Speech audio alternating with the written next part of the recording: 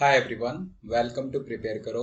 75 days hard challenge में आज है हमारा डे नंबर 4 और आज का जो सेट है बहुत इंटरेस्टिंग सेट है, उसको हम लोग डिस्कस करने जा रहे हैं। कंपैरिजन का क्वेश्चन है, राइट। लॉजिकल रीजनिंग में एक टॉपिक है कंपैरिजन, तो उसी का सेट है ये। तो कैसे हम मल्टीपल क्वांटिटीज को कंपेयर करते हैं, कैसे उनकी रैंकिंग डिसाइड करते हैं, वैसा कुछ, right. So there are 5 persons, Arvind, Birendra, A B C D E बोल सकते हो, right, who were ranked in each of the categories. So 3 categories यहाँ पर डिफाइंड है। फर्स्ट कैटेगरी है एज, सेकंड वेट और third category is height in descending order, such that the tallest, heaviest and eldest person got the first rank in the respective category, right? And the shortest, the lightest and the youngest got the 5th rank in the respective category, right? Now next statement ये mention किया है, no two persons are of the same weight। मतलब अगर दो लोग same wait के नहीं है, no two persons are of the same weight, तो उसका मतलब क्या होगा, राइट? कैन वी से कि वेट में किन्हीं भी दो लोगों की रैंक सेम नहीं हो सकती, राइट? मतलब 1 से लेकर 5 तक की रैंक्स आप असाइन कर सकते हैं। Then same goes for height and same goes for age. उसके बाद मेंशन्ड है no person got the same rank in any 2 categories, right. मतलब अरविंद की रैंक अगर हाइट में 3 आ चुकी है तो उसकी रैंक एज और वेट में 3 नहीं आ पाएगी। ओके, नाउ नेक्स्ट कुछ और स्टेटमेंट्स हैं हमारे पास। तो ये 1 से लेकर सम 7 तक स्टेटमेंट्स हैं, तो इनको हमें रीड करके क्वेश्चन को आंसर करना है। सबसे पहले एक काम करते हैं, टेबल हम लोग बना लेते हैं। तो कुछ इस टाइप की टेबल आ जाएगी जिसमें there are 5 persons. So we have A B, Arvind, Birendra, Charu, A B C D and E are 5 persons. और वो कंपेयर कर रहे हैं अपना age, then weight and third जो वेरिएबल उन्होंने कंपेयर किया वो है हाइट। ओके, इनका कंपैरिजन हुआ और हमें रैंक्स 1 से लेकर 5 तक असाइन करनी है। तो पहले ये वाला जो पार्ट है यहाँ पर उसको देख लो। No two persons are of the same weight, height और एज। इसका मतलब अगर आपको इस कॉलम में ये 5 एंट्रीज करनी है तो पांचों रैंक्स डिफरेंट होंगे 1 से लेकर 5 तक, right. Same goes for next column. Weight का जो कॉलम है उसमें भी ऐसे करना होगा आपको, और हाइट का कॉलम है उसमें भी आपको ऐसे ही करना होगा, 1 से लेकर 5 तक के नंबर्स को डिस्ट्रीब्यूट करना। देन नेक्स्ट स्टेटमेंट है यहाँ पर no person got the same rank in any 2 categories, right. So अगर अरविंद की रैंक एज में 1 आ गई तो वेट में 1 नहीं आ सकती, हाइट में 1 नहीं आ सकती। बीरेंद्र की रैंक सपोज वेट में 3 है तो उसकी एज में 3 नहीं हो सकती, हाइट में 3 नहीं हो सकती। तो मतलब ये है कि कॉलम वाइज भी आपको रैंक्स डिस्टिंक्ट रखनी है और रो वाइज भी आपको रैंक्स डिस्टिंक्ट रखनी है। ये तीनों सेल्स में डिस्टिंक्ट रैंक्स आएंगी। ऐसी नेक्स्ट रो में बीरेंद्र के लिए, नेक्स्ट रो में चारू के लिए, इस टाइप से। ओके, अब रीड करते हैं हम लोग पहला स्टेटमेंट। तो ये कह रहा है neither Arvind nor Ekta got the first rank in any category. तो जहां पर अरविंद और एकता आपको दिख रहे हैं वहां पर रैंक 1 को क्रॉस कर दीजिए, राइट। किसी भी कैटेगरी में इनको रैंक 1 नहीं मिल रही है। ओके, अरविंद के लिए भी क्रॉस किया हमने और एकता के लिए भी क्रॉस कर दिया, तो इनको रैंक 1 असाइन नहीं कर सकते। इसका मतलब क्या हुआ, अगर एज में रैंक 1 आपको असाइन करनी है तो बी सी डी को ही असाइन कर सकते हो, सेम वेट के केस में भी और सेम हाइट के केस में भी। ओके, नेक्स्ट स्टेटमेंट 2 कह रहा है Ekta did not got the third rank in any category. मतलब एकता के केस में आपको रैंक 3 को भी क्रॉस करना पड़ेगा। तो कोई बात नहीं, यहाँ पर हमने रैंक 3 को भी क्रॉस कर लिया है। ओके, आई होप आपको यहाँ तक समझ आ रहा है पार्ट पूरा। थर्ड स्टेटमेंट पर चलें। ये कह रहा है the person who got the 5th rank in height. जिस पर्सन को हाइट में 5th रैंक मिली है got the 3rd rank in age. उसको एज में 3rd रैंक मिली। इस इंफॉर्मेशन को आप टेबल के बिल्कुल नीचे लिख लीजिए सो दैट आपको चीज याद रहे कहां पर उसको यूज करना है। तो ये कह रहा है कि जिस पर्सन की हाइट में रैंक 5 है, अगर हाइट में किसी की रैंक 5 है तो उसकी एज में रैंक क्या है, 3। देखो इस स्टेटमेंट को ना यहीं पर इसी स्टेज में कंप्लीट इंटरप्रीट आप कर लो। ओके, जो इंफॉर्मेशन ऑलरेडी यूटिलाइज हो चुकी थी उसके साथ भी इसका थोड़ा समझ लो, कहीं पर कुछ लिंक तो नहीं है, राइट। तो सबसे पहला लिंक तो यही है, एज में एकता के पास रैंक 3 नहीं हो सकती। तो इसका ये मतलब हुआ कि एकता की हाइट में रैंक 5 नहीं हो सकती, क्योंकि जिस पर्सन की हाइट में रैंक 5 है उसकी तो एज में रैंक 3 है। तो अगर आप एज में रैंक 3 असाइन नहीं कर सकते एकता को, तो कैन वी से उसको हाइट में रैंक 5 असाइन नहीं कर पाएंगे, राइट। ये इसका इंटरप्रिटेशन हो गया करेक्ट। बाकी और किसी इंफॉर्मेशन के साथ ये अभी तक लिंक नहीं है, तो बस इतना करके हमने छोड़ दिया, राइट। अब चलते स्टेटमेंट नंबर 4 के पास। स्टेटमेंट 4 क्या कह रहा है, Arvind is older than Charu. Arvind की एज चारू की एज से ज्यादा है। ठीक है, समझ लिया हमने, जो अरविंद की एज है वो चारू की एज से ज्यादा है। Okay, also but younger than Birendra. लेकिन जो अरविंद है वो बीरेंद्र से यंगर है, तो अरविंद की एज बीरेंद्र की एज से कम, या फिर आप कह दो कि बीरेंद्र की एज अरविंद की एज से ज्यादा, एक ही बात। अब इस स्टेटमेंट को मैं कहूंगा आपको यहां पर पूरा इसको अच्छे से एक बार इंटरप्रेट करो वापस। आप कह रहे हो बीरेंद्र की एज अरविंद एंड चारू इन दो से तो ज्यादा है, ये श्योर शॉट आप कह सकते हो। बाकी डी धर्मेंद्र, ई एकता, उनकी इंफॉर्मेशन का हमें नहीं पता, लेकिन इतना श्योर शॉट हम कह रहे हैं कि जो बीरेंद्र की एज है वो अरविंद और चारू की एज से ज्यादा है। ये तो कंफर्म है। अगर ये कंफर्म है तो क्या तुम बीरेंद्र को रैंक 5 दे सकते हो? पॉसिबल ही नहीं है। बीरेंद्र को रैंक 5 दे दोगे तो फिर अरविंद और चारू को कौन सी रैंक दोगे? Not possible. क्या हम बीरेंद्र को रैंक 4 दे सकते हैं? वो भी नहीं पॉसिबल। रीजन क्या है? बीरेंद्र से कम एज वाले कम से कम 2 लोग तो यहां पर कंफर्म है, अरविंद एंड चारू, राइट। तो अगर ऐसा हुआ कि बीरेंद्र को हम रैंक देने की बात करें तो बीरेंद्र को हम ज्यादा से ज्यादा 3rd रैंक तक लेके जा सकते हैं, मतलब 1 2 3 इन्हीं रैंक्स में से आप असाइन कर सकते हैं। 4 या 5 के पास जाओगे तो अरविंद और चारू को रैंक नहीं दे पाओगे। ओके, तो बीरेंद्र के पास 5 एंड 4 नहीं आ सकते। सेम वे अगर अरविंद की बात करें तो अरविंद टॉपर नहीं हो सकता एज में, मतलब सबसे ज्यादा एज अरविंद की नहीं हो सकती, तो अरविंद को आप रैंक 1 नहीं दे सकते। ऑलरेडी आपने क्रॉस किया हुआ है, राइट। अब क्या अरविंद को सबसे बॉटम में रख सकते हो इन टर्म्स ऑफ एज? नहीं, क्योंकि चारू की एज अरविंद से कम रहेगी ही रहेगी। तो आप कह रहे हो कि अरविंद को रैंक 5 नहीं दे सकते एज में, राइट। अब ऐसे ही चारू के लिए फिल कर सकते हैं क्या?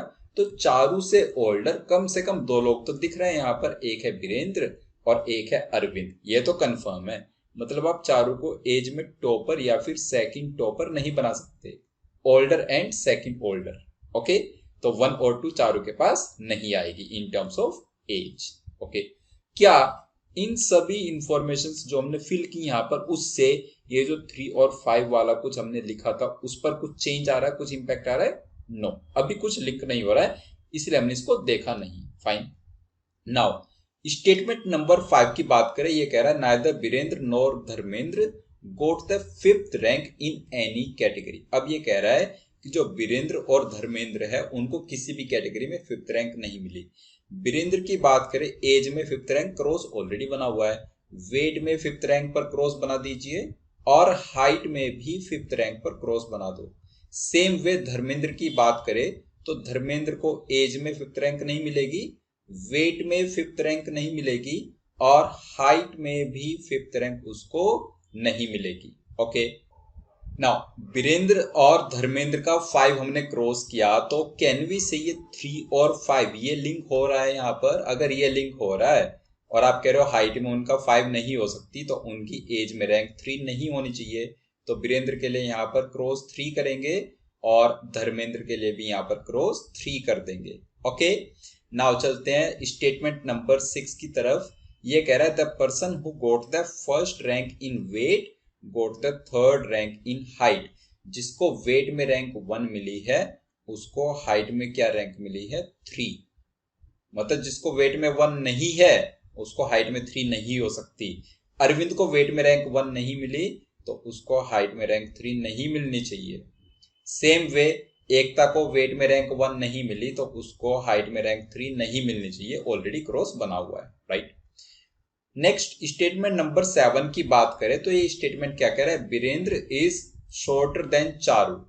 शॉर्टर देन चारू मतलब हाइट में कंपैरिजन हुआ है और ये कह रहा है कि जो वीरेंद्र है वो चारू से शॉर्टर है, मतलब चारू की हाइट ज्यादा है वीरेंद्र के कंपैरिजन में, right. But taller than Arvind and Dharmendra, लेकिन जो वीरेंद्र है वो अरविंद कॉमा धर्मेंद्र से टॉलर है, राइट। अब मैं इसको ए कॉमा डी लिख रहा हूं क्योंकि यहां पर अरविंद और धर्मेंद्र की हाइट में कंपैरिजन आप नहीं बता सकते।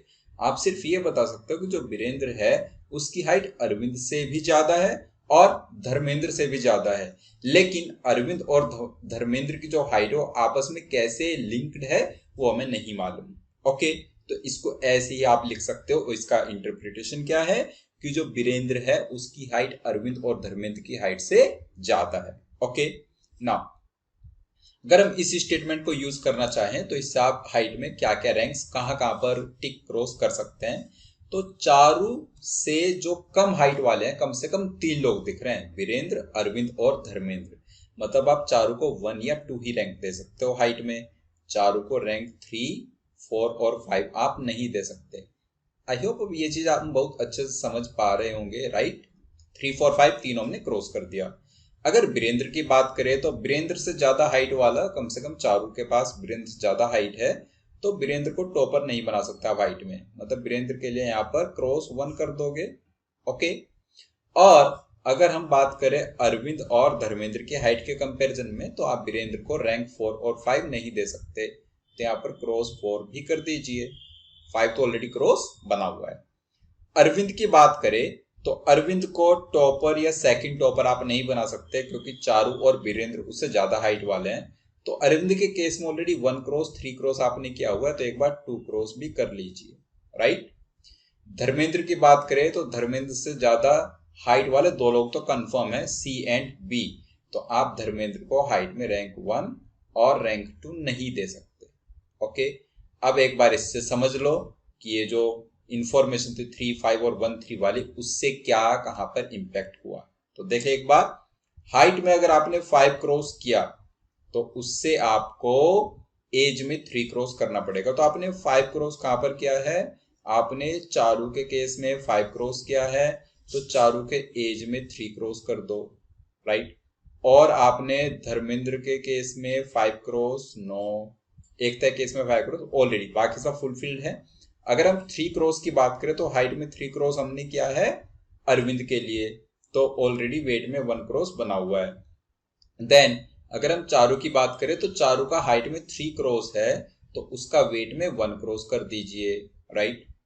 अगर हम और बात करें तो बाकी कहीं पर इसका हम कुछ चेंज नहीं कर सकते। लास्ट स्टेटमेंट पर चलते हैं। ये कह रहा है Virendra is lighter than Charu but heavier than Arvind, right. So Virendra का जो वेट है वो चारू से तो कम है बट अरविंद से ज्यादा है। एक बार इस इंफॉर्मेशन का और यूज कर लेते हैं। तो चारू को आप वेट में 4 और 5 नहीं बोल सकते क्योंकि 4 एंड 5 कम से कम कौन लोग होंगे, वीरेंद्र एंड अरविंद, वर्स्ट के सिनेरियो में, राइट। अगर हम वीरेंद्र की बात करें तो वीरेंद्र के पास रैंक 1 और 5 नहीं होनी चाहिए, तो रैंक 1 क्रॉस कर दो चारू और अरविंद की वजह से, राइट। अगर हम अरविंद की बात करें तो 1 और 2 नहीं होनी चाहिए वेट में, तो 1 क्रॉस और यहां पर कर दिया हमने 2 क्रॉस, राइट। अब देख लो ये जो 3 और 1 वाली इंफॉर्मेशन थी, वेट, राइट, 1, 3, इससे कहां पर कुछ इंपैक्ट आया एक बार ये देख लो। तो जहां पर भी 1 क्रॉस है, 1 क्रॉस अरविंद के केस में ऑलरेडी हाइट में 3 क्रॉस बना हुआ है। वीरेंद्र के केस में वेट में आपने 1 क्रॉस किया तो हाइट में 3 क्रॉस करना ही पड़ेगा, राइट। अगर हम फर्दर बात करें, चारू के केस में 1 क्रॉस है तो उसके हाइट में 3 क्रॉस ऑलरेडी बना हुआ है, एकता के केस में ऑलरेडी बना हुआ है, तो और कहीं पर टिक क्रॉस अब आप नहीं कर सकते।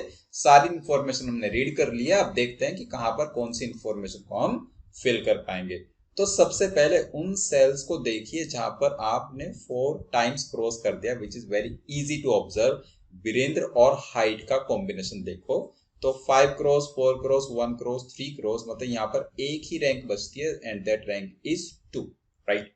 अच्छा, अब मैं एक चीज और आपको बताना चाहूंगा। यहाँ पर जो इंफॉर्मेशन स्टार्टिंग में मैंने शेयर की थी कि रो वाइज सारी रैंक्स डिस्टिंक्ट होंगी, कॉलम वाइज सारी रैंक्स डिस्टिंक्ट होंगी, तो उसको तो बैक ऑफ द माइंड हमें रखना ही है, वो तो हम कहीं पर भी एकदम से यूज कर पाएंगे। ओके, आपने कहा वीरेंद्र की हाइट में रैंक 2 है, फिक्स है।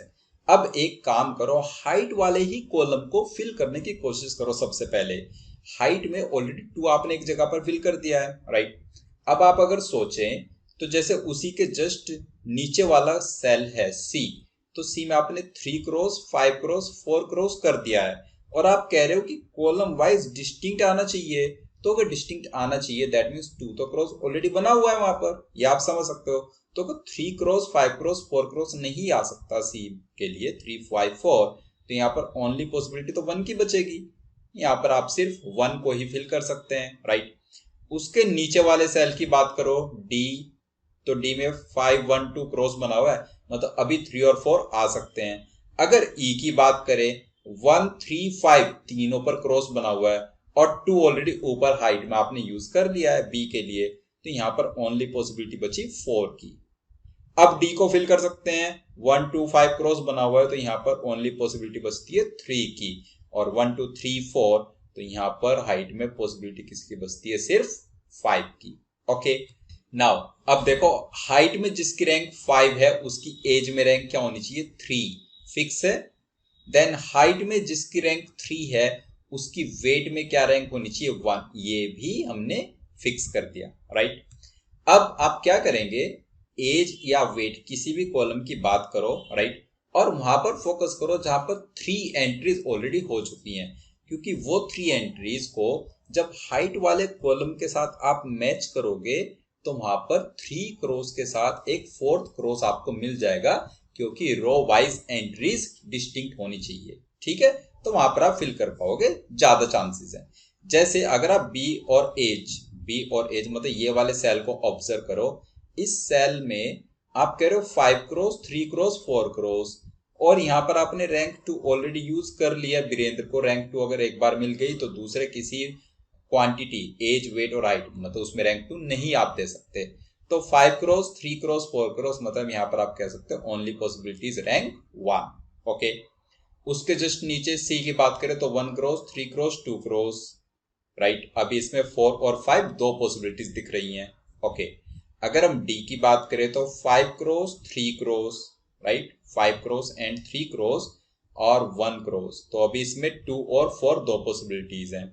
अगर हम बात करें ई के लिए तो ई में 1 3 ऑलरेडी क्रॉस बना हुआ है और ये 4 क्रॉस बना हुआ है, तो अभी यहाँ पर 2 और 5 दो रैंक्स आ सकती हैं। ओके, 2 एंड 5 दो रैंक्स। अब चलते हैं वेट की तरफ, तो वेट में अगर आप देखो जहां पर 3 एंट्रीज ऑलरेडी हो चुकी हैं, तो ये वाले सेल की मैं बात कर रहा हूं, लेकिन अभी इस सेल में आप रैंक 2 और 3 दोनों फिल कर सकते हो, तो अभी यहीं पर नहीं फिल कर पाएंगे।